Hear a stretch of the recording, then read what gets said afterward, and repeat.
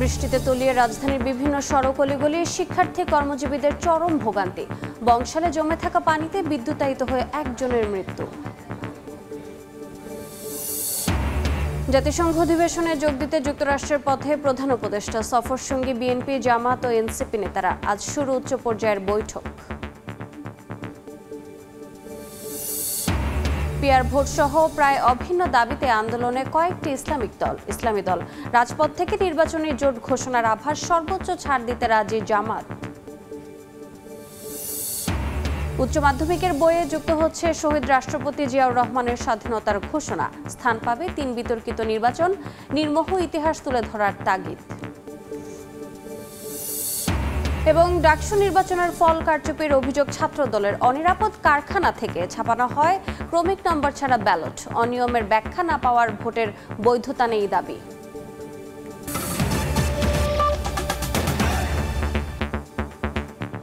সময় সংবাদের সঙ্গে আছে আমি রোজা চৌধুরী। বৃষ্টিতে জলাবদ্ধতা সৃষ্টি হয়েছে রাজধানীর বিভিন্ন এলাকায়। সড়ক অলিগলিতে পানি জমে থাকায় বিপাকে পড়েন শিক্ষার্থী ও কর্মজীবীরা। এদিকে পুরান ঢাকার বংশালে জমে থাকা পানিতে বিদ্যুতায়িত হয়ে এক বেকারি শ্রমিকের মৃত্যু হয়েছে। ভোর থেকেই মুষলধারে বৃষ্টি নামে রাজধানী জুড়ে। কয়েক ঘন্টা টানা বৃষ্টিতে তলিয়ে যায় ঢাকার বিভিন্ন এলাকা। মৌচাক, মালিবাগ, রাজারবাগ, খিলগাঁও, বাসাবো ও মুগদাসহ বিভিন্ন এলাকায় পানি জমে দুর্ভোগে পড়েন স্থানীয়রা। কোথাও কোথাও হাঁটু পানি, কোথাও বা তার চেয়েও বেশি পানি জমে। গাড়ির ধীরগতিতে যানজটে পড়তে হয় স্কুল, কলেজ ও অফিসগামীদের। পুরোটা রাস্তা হচ্ছে পানি জমা এবং আমাদের অফিসিয়াল যে ড্রেসগুলো আছে সেখানে কাদা, এবং পুরো আমাদের বাসা থেকে শুরু করে আমাদের অফিস পর্যন্ত আসতে প্রত্যেকটা মানুষের খুবই দুর্ভোগ পথে হচ্ছে। হাঁটু পর্যন্ত পানি, অনেক পথ পাড়ি দিয়ে আসতে হয়, অনেক ম্যানহোলের ডাকনা নাই, অনেক দুর্ভোগ পথে হইতেছে। এদিকে পুরান ঢাকার বংশাল, নাজিরাবাজার ও চকবাজার সহ বিভিন্ন এলাকায় জলাবদ্ধতায় ভোগান্তিতে পড়েন মানুষ। বংশালে জমে থাকা পানিতে বিদ্যুৎস্পৃষ্ট হয়ে এক বেকারি কর্মচারীর মৃত্যু হয়েছে। বৃষ্টি হলেই এমন ভোগান্তিতে পড়তে হয় বলে অভিযোগ স্থানীয়দের। আসিফ মোহাম্মদ সিয়াম, সময় সংবাদ, ঢাকা। এই মুহূর্তে রাজধানীর আশকোনায় আছেন সহকর্মী ওয়ালিউল সাকিব। সরাসরি যাচ্ছে তার কাছে। সাকিব, এই মুহূর্তে আমি আশকোনায় আছি এবং এই দক্ষিণখানা এলাকার আশকোনা পড়েছে এটি। তো এই এলাকার যে জলাবদ্ধতার সমস্যা, এটি কিন্তু একেবারে বলতে গেলে সারা বছর এই সমস্যাটা থাকে। বৃষ্টি না থাকলেও এই যে পানিগুলো জমে এখানে, আর বিশেষ করে যে ড্রেনের লাইনগুলো আসলে এখানে ভেঙে সড়কে চলে এসেছে, তো সে কারণে এই পানিগুলো কিন্তু আর নিষ্কাশন হওয়ার কোনো জায়গা নেই। তো সে কারণে এই আশকোনা থেকে একেবারে আশকোনা বাজার পর্যন্ত কিংবা আরও ভেতরের যে এলাকাগুলো রয়েছে সবগুলো সড়কের অবস্থায় কিন্তু এরকম বেহাল। প্রতিটি সড়ক ভাঙা চোরা, খানাখন্দে ভরা, পাশাপাশি হচ্ছে যে পানি জমে থাকে সার্বক্ষণিকভাবে। তো এর মধ্যে দিয়ে কিন্তু এখানকার যারা স্থানীয় বাসিন্দা রয়েছেন তাদেরকে প্রতিনিয়ত চলাফেরা করতে হয়। কখনো কখনো রিক্সা উল্টে যায়, গাড়িগুলো দুর্ঘটনার শিকার হয়। তো এই নিয়েই কিন্তু আসলে এখানকার যারা বাসিন্দা রয়েছেন তাদের বসবাস করতে হচ্ছে এবং তাদের দীর্ঘদিনের যে দাবি যে এই সড়কগুলো যেন সংস্কার করা হয় এবং এখানকার যে ড্রেনেজ ব্যবস্থাগুলো যেন সংস্কার করা হয়, ঠিক করা হয় এবং পানি নিষ্কাশনের যেন ব্যবস্থা করা হয়, কিন্তু এই দাবিটি আসলে কোনোভাবেই কিন্তু পূরণ হচ্ছে না। এবং তারা বলছেন যে সংশ্লিষ্ট যারা দায়িত্বে রয়েছে কর্তৃপক্ষ, কেউই আসলে এই এত যে বড় এলাকাগুলো, পাশাপাশি অনেকগুলো এলাকা এখানে রয়েছে আশকোনার, যে এতগুলো সড়ক যে এত দুর্ভোগের মধ্যে সবাই রয়েছে, সেই ব্যাপারটিতে আসলে দেখার মতো কেউ নেই। এবং তারা বলছেন যে এত দুর্ভোগ সৃষ্টি হচ্ছে এবং তারা বলছেন যে শুধু বৃষ্টি না, বৃষ্টি ছাড়াও কিন্তু এই ধরনের প্রবলেমগুলো, সমস্যাগুলো এখানে হচ্ছে। তো তারা বলছেন যেন এটা একেবারে পুরোপুরিভাবে সংস্কার করা হয়, কখনো যেন আর পানি না জমে এবং বৃষ্টি পড়লেও যেন দুর্ভোগের সৃষ্টি না হয়। তো এই ছিল আমার কাছে এই আশকোনা থেকে সবশেষ। সরাসরি যুক্ত ছিলাম রাজধানীর আশকোনায়। শেখ হাসিনা সহ ৩ জনের বিরুদ্ধে মানবতা বিরোধী অপরাধের মামলায় কোটা সংস্কার আন্দোলনের সমন্বয়ক আলী আহসান জুনায়েদকে জেরা করছেন শেখ হাসিনার পক্ষে রাষ্ট্রনিযুক্ত আইনজীবী। রোববার ট্রাইব্যুনালে সাক্ষ্য দেন বাংলাদেশের আহ্বায়ক আলী আহসান জুনায়েদ। সাক্ষ্যে জুলাই আগস্টের হত্যাযজ্ঞের দায়ে শেখ হাসিনা, আসাদুজ্জামান খান কামাল, আওয়ামী লীগ, যুবলীগ, ছাত্রলীগ সহ আইনশৃঙ্খলা বাহিনীকে দায়ী করেন। আজ শেখ হাসিনার বিরুদ্ধে সাক্ষ্য দিতে ট্রাইব্যুনালে হাজির হয়েছেন শহীদ মাহমুদুর রহমান সৈকতের বোন সাবরিনা আফরোজ সেবন্তী। এদিন ট্রাইব্যুনাল 2 জুলাই গণঅভ্যুত্থানের প্রথম শহীদ রংপুরের শিক্ষার্থী আবু সাইদ হত্যা মামলায় সপ্তম দিনের সাক্ষ্য গ্রহণ শুরু হয়েছে। হাজির করা হয়েছে আবু সাইদ হত্যা মামলার গ্রেফতারকৃত 6 আসামিকে।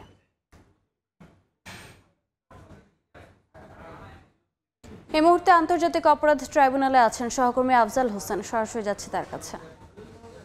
আফজাল, জুলাই গণঅভ্যুত্থানের সমন্বয়ক আলী আহসান জুনায়েদকে জেরা করছেন শেখ হাসিনার পক্ষে এবং আসাদুজ্জামান খান কামালের পক্ষে রাষ্ট্রনিযুক্ত আইনজীবী। সেই বিষয়টি কিন্তু রাষ্ট্রনিযুক্ত আইনজীবী আলী আহসান জুনায়েদকে প্রশ্ন করছেন এবং রাষ্ট্রপক্ষের আইনজীবী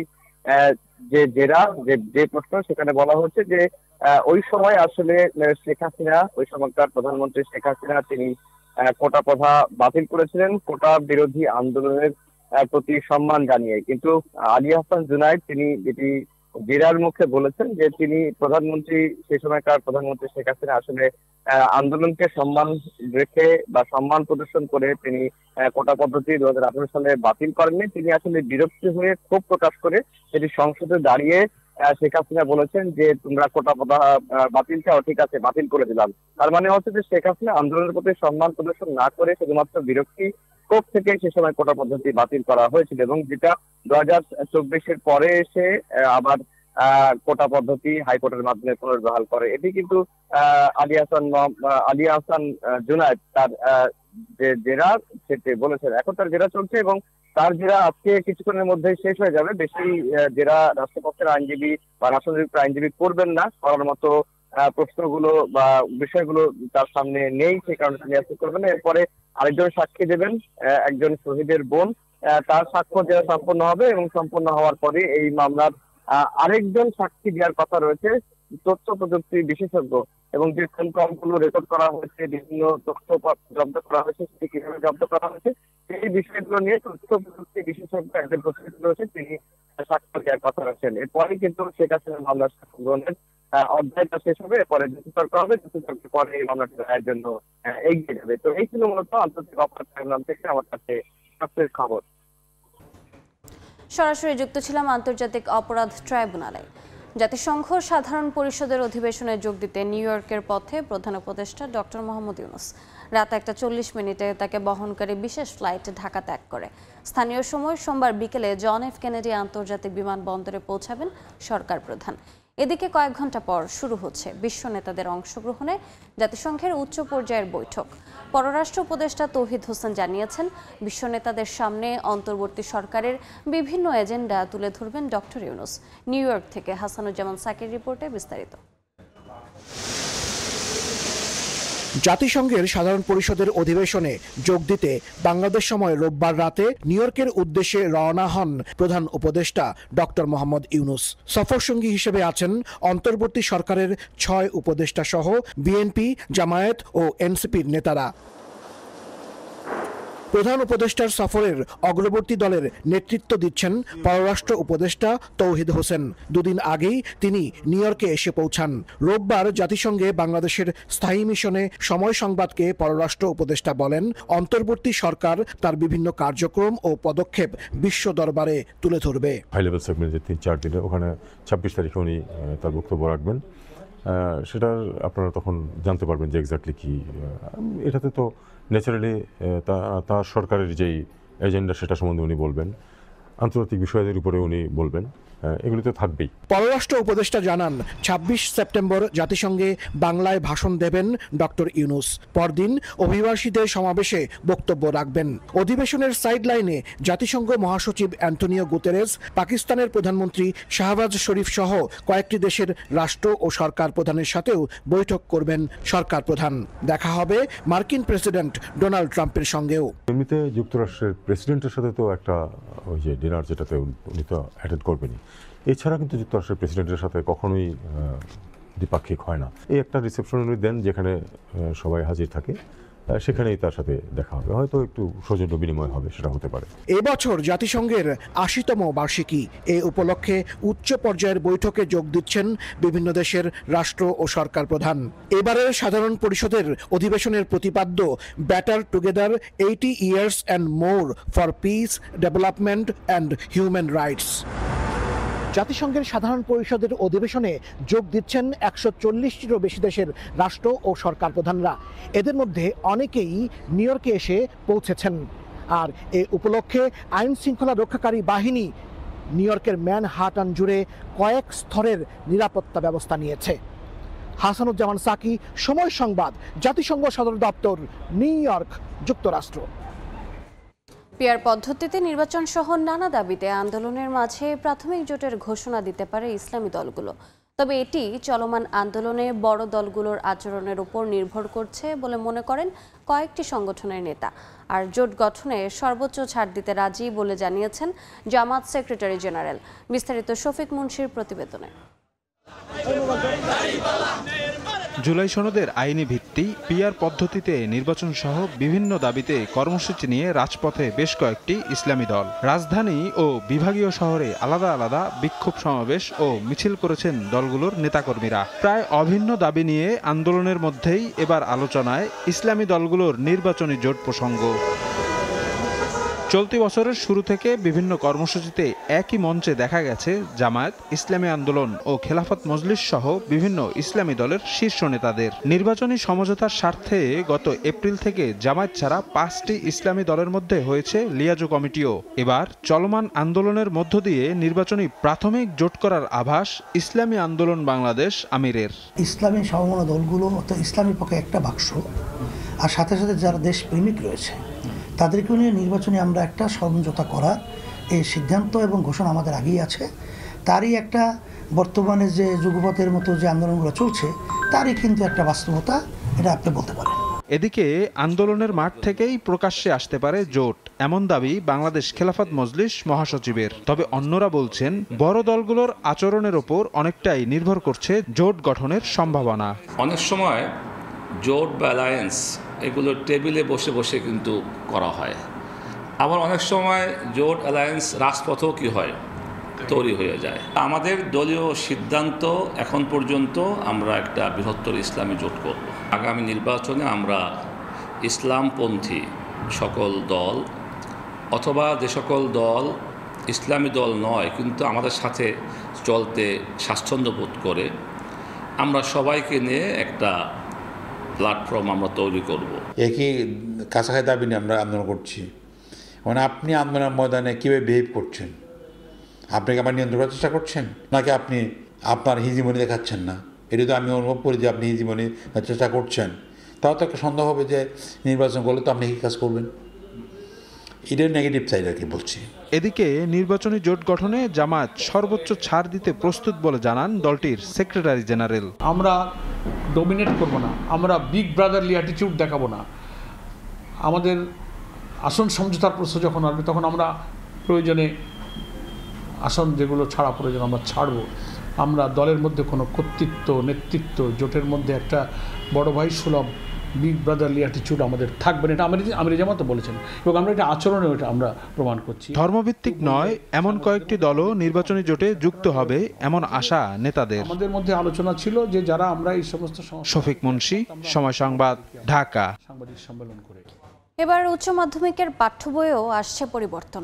নির্দিষ্ট দল ও ব্যক্তির অতিরঞ্জিত বন্দনা পরিহার করে গণতান্ত্রিক আন্দোলনের নেতাদের অবদানকে যৌক্তিক রূপে উপস্থাপনের নির্দেশনা দিয়েছে এনসিটিবি। যুক্ত হচ্ছে শহীদ রাষ্ট্রপতি জিয়াউর রহমানের স্বাধীনতার ঘোষণা। এছাড়া 2014, 18 এবং 24 সালের বিতর্কিত নির্বাচন স্থান পাচ্ছে বইয়ে। বিশেষজ্ঞরা বলছেন পাঠ্য বইকে গ্রহণযোগ্য করতে ইতিহাসের নির্মোহ উপস্থাপনা জরুরি। বিগত কয়েক বছরে প্রাথমিক ও মাধ্যমিকের মতো একাদশ ও দ্বাদশ শ্রেণীর বইয়েও যুক্ত হয়েছে নানা বিতর্কিত বিষয়বস্তু। মহান মুক্তিযুদ্ধ সহ গণতান্ত্রিক আন্দোলনে একটি রাজনৈতিক দল ও একক ব্যক্তিকে প্রাধান্য দিয়ে পাঠ্য বইয়ে অতিরঞ্জন ও ইতিহাস বিকৃতি দেখা গেছে। 2026 সালের একাদশ শ্রেণীর পাঠ্য বইকে গ্রহণযোগ্য করতে ইতিহাস, বাংলা, পৌরনীতি ও সুশাসন বইয়ে আসছে নানা পরিবর্তন। ন্যাশনাল কারিকুলাম কোঅর্ডিনেশন কমিটি NCCCর অনুমোদন সাপেক্ষে বিভিন্ন প্রকাশনীকে নানা নির্দেশনাও দিয়েছে জাতীয় শিক্ষাক্রম ও পাঠ্যপুস্তক বোর্ড NCTB। সবচেয়ে বড় পরিবর্তন আসছে পৌরনীতি ও সুশাসন বিষয়ে। প্রথম কয়েকটি অধ্যায়ে রাজনৈতিক নেতাদের অবদান সমানভাবে তুলে ধরার পাশাপাশি সংযোজন করা হবে শহীদ রাষ্ট্রপতি জিয়াউর রহমানের স্বাধীনতার ঘোষণা। স্থান পাচ্ছে তত্ত্বাবধায়ক ব্যবস্থা বাতিলের উদ্দেশ্যে পাশ হওয়া বিতর্কিত পঞ্চদশ সংশোধনীর আলোচনা। সবচেয়ে বেশি মুক্তিযুদ্ধের ইতিহাসে উপেক্ষিত হয়েছেন শহীদ রাষ্ট্রপতি জিয়াউর রহমান। স্বাধীন বাংলাদেশের অভ্যুদয় সবকিছু একটা দল এবং ব্যক্তি কেন্দ্রিক এটাকে পরিণত করা হয়েছিল। এই ধরনের ফেসিবাদ যেন তৈরি না হতে পারে সেইগুলোর জন্য এগুলো পাঠ্যসূচিতে অন্তর্ভুক্ত হওয়া দরকার। এছাড়া অষ্টম অধ্যায়ে বাংলাদেশের নির্বাচন ব্যবস্থা অংশে 2008 সালের পাতানো নির্বাচন, 2014 ভোটের আগে 154 আসনে বিনা ভোটে প্রার্থীদের জয়, 2018 সালের রাতের ভোট এবং 2024 সালের ডামি নির্বাচনের কথা পাণ্ডুলিপিতে যুক্ত করার প্রক্রিয়া শুরু হয়েছে। তত্ত্বাবধায়ক ব্যবস্থা বাতিল করে আবার দলীয় সরকারের অধীনে 2014, 18, 24-এর যে নির্বাচনগুলো করেছে সেই নির্বাচনের মধ্য দিয়ে কার্যত বাংলাদেশের মানুষের যে গণতান্ত্রিক অধিকার সেটাকে আবার পুরোপুরি হরণ করে নেওয়া হয়েছে। শিক্ষাবিদ ও কারিকুলাম বিশেষজ্ঞরা বলছেন, ফেসিবাদী শাসন আমলে পাঠ্য বইয়ে নির্দিষ্ট দল ও ব্যক্তিবিশেষের অতিরঞ্জিত বন্দনায় গ্রহণযোগ্যতা হারিয়েছে পাঠ্য বই। তাই নির্মোহ বয়ানের উপস্থাপনা জরুরি। জাতীয় প্রত্যাশার উপর ভিত্তি করে আমাদের জাতীয় শিক্ষা দর্শন এস্টাবলিশ করতে হবে। সেই জাতীয় দর্শনকে অর্জন করবার জন্য আমাদেরকে প্রত্যেকটা শিক্ষা স্তরের জন্য ভিন্ন ভিন্ন জাতীয় শিক্ষার উদ্দেশ্য নির্ধারণ করতে হবে। আমাদের সেই শিক্ষার উদ্দেশ্যের উপর ভিত্তি করে আমাদের জাতীয় শিক্ষার নীতি গঠন করতে হবে। সেই জাতীয় শিক্ষা নীতির উপর ভিত্তি করে আমাদেরকে জাতীয় শিক্ষা ক্রম তৈরি করতে হবে, প্রত্যেকটা স্তরের জন্য আলাদা আলাদা। তবে পাঠ্যপুস্তকের মতো জাতীয় ইস্যুতে ঐক্যমত্য না হলে কোনো পরিবর্তনেই সমাধান আনবে না বলে মনে করছেন শিক্ষাবিদরা। তারা এই কাজগুলো করবে। শাকির আহমেদ, সময় সংবাদ, ঢাকা। ডাকসু নির্বাচনের ফল কারচুপির অভিযোগ তুলেছেন ছাত্রদল সমর্থিত প্যানেল। ভিপি প্রার্থী আবিদুল ইসলাম খান বলেছেন, অনিয়মের বিষয়ে ঢাকা বিশ্ববিদ্যালয় প্রশাসন ব্যাখ্যা দেওয়ার আগ পর্যন্ত ডাকসু নির্বাচনকে বৈধতা দেওয়ার সুযোগ নেই। সকালে মধুর ক্যান্টিনে ডাকসু হল সংসদে নির্বাচন নিয়ে সংবাদ সম্মেলনে ছাত্রদল নেতারা বলেন, অরক্ষিত কারখানা থেকে ক্রমিক নম্বরবিহীন ব্যালট পেপার ছাপানোর সুযোগে ভোটে কারচুপি হয়েছে। একটি নির্দিষ্ট প্যানেলের পক্ষে ভোট দেয়া ব্যালট পেপার কিছু শিক্ষার্থীকে সরবরাহের অভিযোগ তাদের। ভোটের হার নিয়ে অসামঞ্জস্যতা নিয়ে প্রশাসনের কাছে সিসিটিভি ফুটেজ ও প্রমাণ চাইলেও তা প্রকাশ করা হয়নি। ভোটের দিন অনিয়মের প্রতিকার চাইলেও তা দিতে ব্যর্থ হয়েছেন দায়িত্বরতরা। পরিষ্কার ব্যাখ্যা না পাওয়া পর্যন্ত নির্বাচনকে বৈধতা দেওয়ার সুযোগ নেই বলে দাবি ছাত্রদলের। ছাত্রদল সমর্থিত প্যানেলের প্রার্থীরা সহ অধিকাংশ প্যানেল এবং একাধিক স্বতন্ত্র প্রার্থী ইতিমধ্যেই ভোটার উপস্থিতির তালিকা এবং ভোট কেন্দ্রের সিসিটিভি ফুটেজ চেয়ে ঢাকা বিশ্ববিদ্যালয় প্রশাসন বরাবর আবেদন করেছেন। কিন্তু ঢাবি প্রশাসন সে বিষয়ে বারবার আশ্বাস দিলেও কার্যকর কোনো পদক্ষেপ গ্রহণ না করে কালক্ষেপণ করে চলেছেন। নির্বাচনে ব্যবহৃত ব্যালট পেপার কোন প্রেস থেকে ছাপানো হয়েছে সে বিষয়ে কোনো তথ্য প্রকাশ করা হয়নি।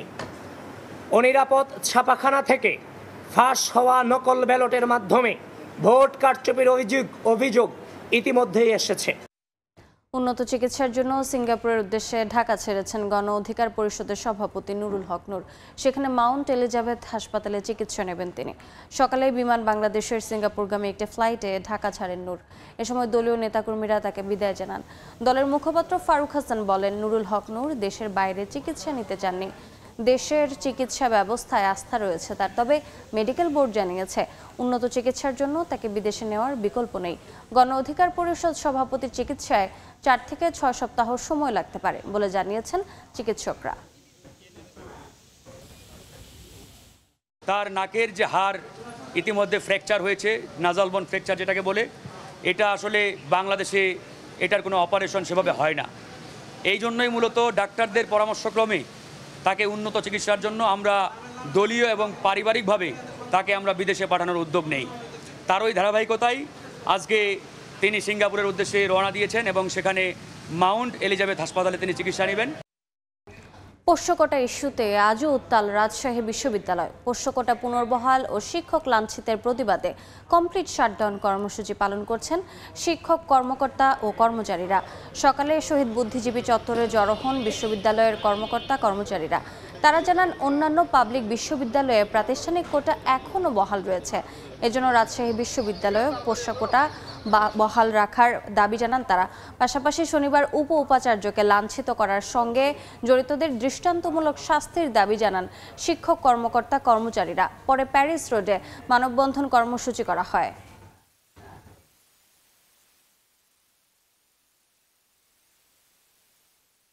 ঢাকা, রাজশাহী, জাহাঙ্গীরনগর আর চট্টগ্রাম বিশ্ববিদ্যালয়, 3টা বিশ্ববিদ্যালয়ে প্রাতিষ্ঠানিক সুবিধা বহাল আছে, কেন আমাদের রাজশাহী বিশ্ববিদ্যালয় বহাল থাকবে না? সিদ্ধান্ত দিতে হবে যে কেন তারা এর বিরোধিতা করছে। আমাদের ন্যায্য দাবি, আমাদের হক আছে, আমাদের ছেলেমেয়েরা এখান থেকে কোথায় যাবে? এই যে আমাদেরকে জিম্মি করা এবং জিম্মি করার ধরন, তাদের আচরণ আমাদেরকে অনেক পীড়া দিয়েছে। বিচারটাই আমাদের এখন মুখ্য দাবি হয়ে গেছে, কারণ বিচার হলে অন্যান্য বিষয়গুলো সহজে সমাধান করা সম্ভব হবে। এটা রাষ্ট্র নির্বাচনের জন্য খুবই হুমকি হয়ে দাঁড়িয়েছে। এক্ষেত্রে প্রশাসনও দায় এড়াতে পারবে না। এ বিষয়ে বিস্তারিত জানাতে ক্যাম্পাসে আছেন সহকর্মী সাইফুর রহমান রকি। সরাসরি যাচ্ছি তার কাছে। রকি, গতকাল রাজশাহী বিশ্ববিদ্যালয়ের শিক্ষক কর্মকর্তা কর্মচারীরা পূর্ণদিবস কর্মবিরতি পালন করেছেন, তবে আজকে কমপ্লিট শাটডাউন কর্মসূচি তারা পালন করছেন। সকাল থেকে আমরা দেখেছি যে তারা এই বুদ্ধিজীবী চত্বরে জড়ো হয়ে এখানে বসে কিন্তু তারা তাদের এই নানা প্রতিবাদ তারা জানাচ্ছেন। পাশাপাশি আমরা কিছুক্ষণ আগে দেখছিলাম বেলা 11টা থেকে যেমন শিক্ষকদের একটি মানববন্ধন রাজশাহী বিশ্ববিদ্যালয়ের প্যারিস রোডে শুরু হয়েছিল। প্রায় ঘণ্টাব্যাপী এই মানববন্ধন কর্মসূচি চলেছে। এই মানববন্ধন কর্মসূচিতে শিক্ষকের পাশাপাশি কর্মকর্তা কর্মচারীরাও সেখানে অংশ নিয়েছেন এবং তারা কিন্তু একই দাবি জানিয়েছেন। তারা যেটি বলছেন, গত 20 সেপ্টেম্বর রাজশাহী বিশ্ববিদ্যালয়ের উপাচার্য মোহাম্মদ মঈনুদ্দিন খান সহ প্রক্টোরিয়াল বডির বেশ কয়েকজন কর্মকর্তাকে আসলে যেভাবে লাঞ্ছিত করা হয়েছে, পাশাপাশি এখানে বেশ কয়েকজন কর্মচারীও ছিল, তাদেরকেও লাঞ্ছিত করা হয়েছে। এই সব ঘটনার সঙ্গে যারা জড়িত আছে তাদেরকে আসলে বিচারের আওতায় আনতে হবে, শাস্তি দিতে হবে। দৃষ্টান্তমূলক শাস্তি না দেওয়া পর্যন্ত আসলে তারা কিন্তু তাদের এই যে কর্মসূচি সেটি কিন্তু প্রত্যাহার করবেন না। অর্থাৎ তারা তাদের এই টানা শাটডাউন কর্মসূচি কিন্তু লাগাতার কর্মসূচি পালনের কিন্তু তারা কিন্তু ঘোষণা দিয়েছেন। সব মিলে আপনারা জানেন যে আগামী 25 সেপ্টেম্বর রাষ্ট্র নির্বাচন অনুষ্ঠিত হওয়ার কথা রয়েছে। রাষ্ট্র নির্বাচনকে ঘিরে আসলে যারা পোলিং এজেন্ট থাকবেন তাদেরকে আসলে ট্রেনিংয়ের ব্যবস্থা একটি করার কথা ছিল, সেটিতেও কিন্তু যারা কর্মকর্তা কর্মচারী শিক্ষকরা আছেন তারা কিন্তু যোগ দেননি। সব মিলিয়ে রাষ্ট্র নিয়েও এক ধরনের কিন্তু অনিশ্চয়তা তৈরি হচ্ছে কিনা এমন প্রশ্ন কিন্তু আমরা করেছিলাম। তারা যেটি বলছেন যে তাদের যে দাবি সেটি কিন্তু খুবই স্পষ্ট দাবি। পাশাপাশি দেশের যে অন্যান্য পাবলিক বিশ্ববিদ্যালয় রয়েছে সেখানে পাবলিক বিশ্ববিদ্যালয় কিন্তু গুলোতে প্রাতিষ্ঠানিক যে সুবিধা সেটি কিন্তু নিশ্চিত করা হয়েছে। আপনারা জানেন যে এখানে কিন্তু 10টি শর্তের সাপেক্ষে 10টি শর্তে কিন্তু এখানে পোষ্য কোটার ব্যবস্থা করা হয়েছিল এবং সেটি কিন্তু শিক্ষার্থীদের দাবির প্রেক্ষিতে গত 2 জানুয়ারি সেটি কিন্তু একেবারে কিন্তু স্থগিত করে দেয়। পরবর্তীতে আবারও আন্দোলন হয়, আবারও আন্দোলনের প্রেক্ষিতে আবারও পোষ্য কোটা পুনর্বহাল করে। আবার গত 18 সেপ্টেম্বর আপনারা জানেন যে এটি ঘোষণা হওয়ার পরে কিন্তু শিক্ষার্থীরা ক্ষোভে ফেসে ওঠে এবং গত শনিবার সেটি আবারও স্থগিত করে দেয়। সব মিলিয়ে কিন্তু এই পোষ্য কোটা পুনর্বহাল পাশাপাশি ওই গত ঘটনা এই 20 তারিখের যে ঘটনার সঙ্গে জড়িতদের বিচার দাবিতেই মূলত তাদের এই কর্মসূচি চলছে। তো এই ছিল আমার কাছে রাজশাহী বিশ্ববিদ্যালয় থেকে সর্বশেষ।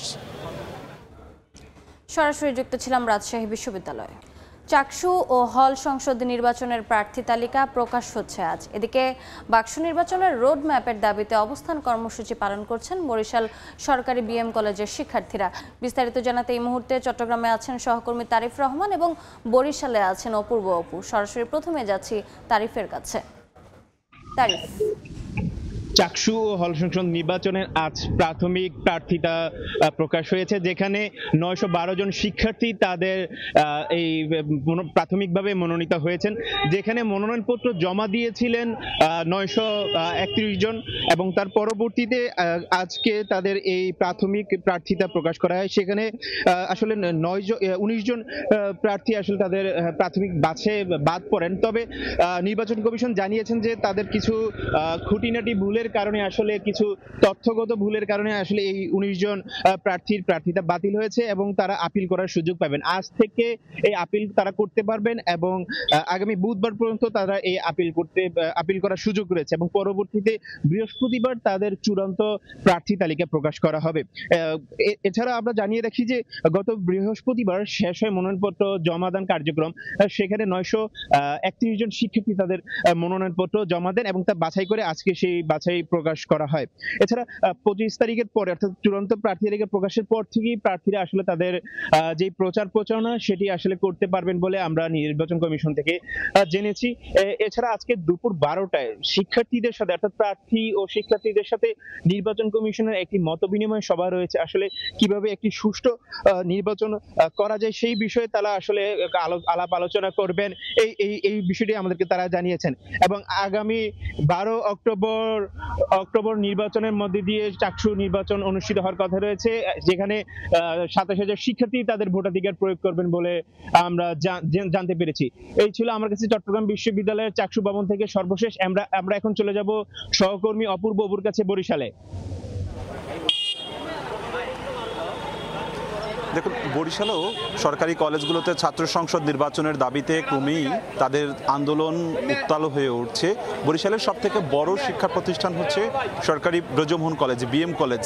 এই কলেজে গেল 2 যুগেরও বেশি সময় ধরে ছাত্র সংসদ নির্বাচন না থাকার অভিযোগ জানিয়ে এখানকার শিক্ষার্থীরা গেল 1 মাস পর্যন্তই শান্তিপূর্ণভাবে ধারাবাহিকভাবে এখানে নানান ধরনের কর্মসূচি চালিয়ে আসছে। তারা প্রতিদিনই ছোট ছোট খণ্ড খণ্ড মিছিল করছে, স্মারকলিপি দিচ্ছে, নানান ধরনের কর্মসূচি চালাচ্ছে।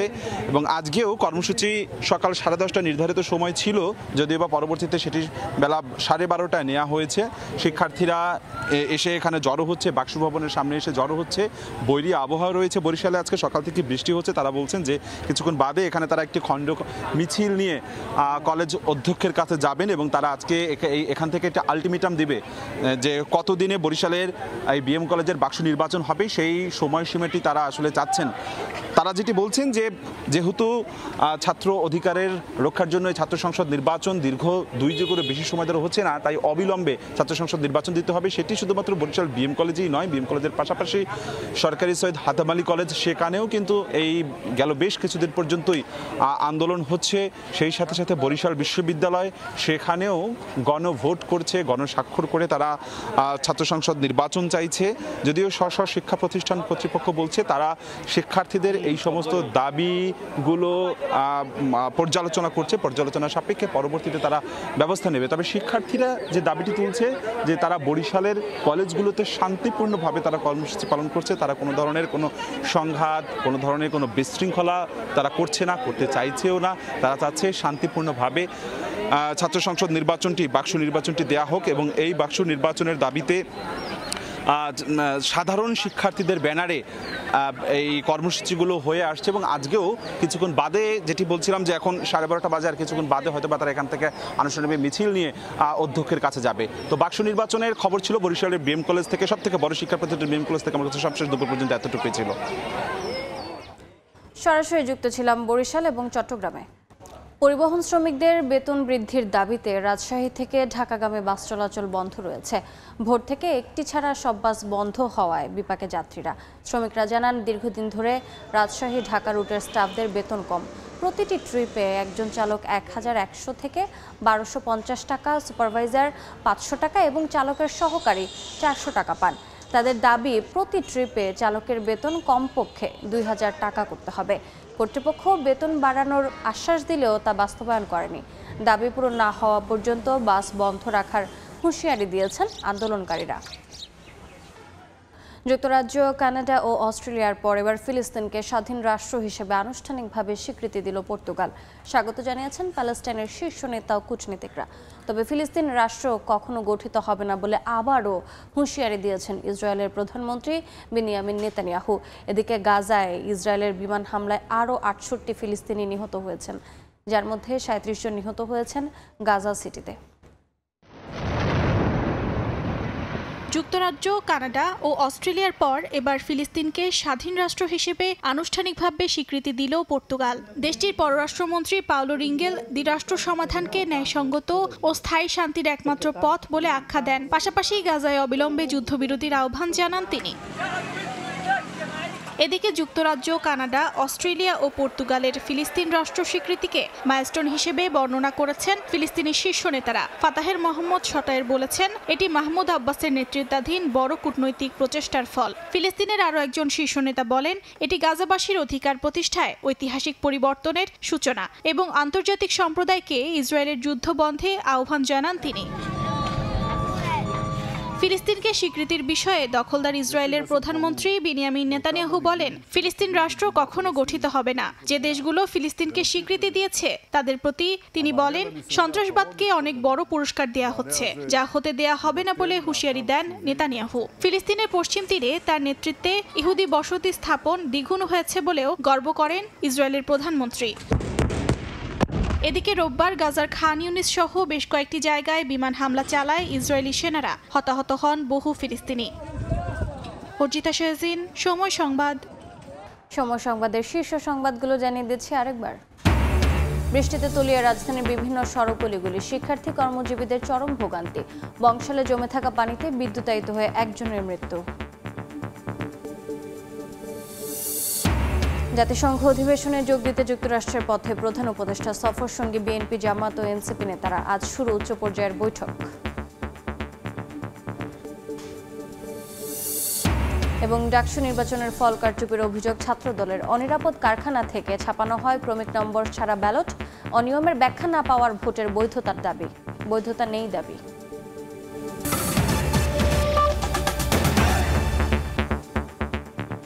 এই ছিল সময় সংবাদে। এরপর খেলার সময়ের সঙ্গে থাকবেন সাজিদ মুস্তাহিদ। ধন্যবাদ রোজা। খেলার সময় নিয়ে ফিরছি কিছুক্ষণ পর, সঙ্গেই থাকুন সময়ের।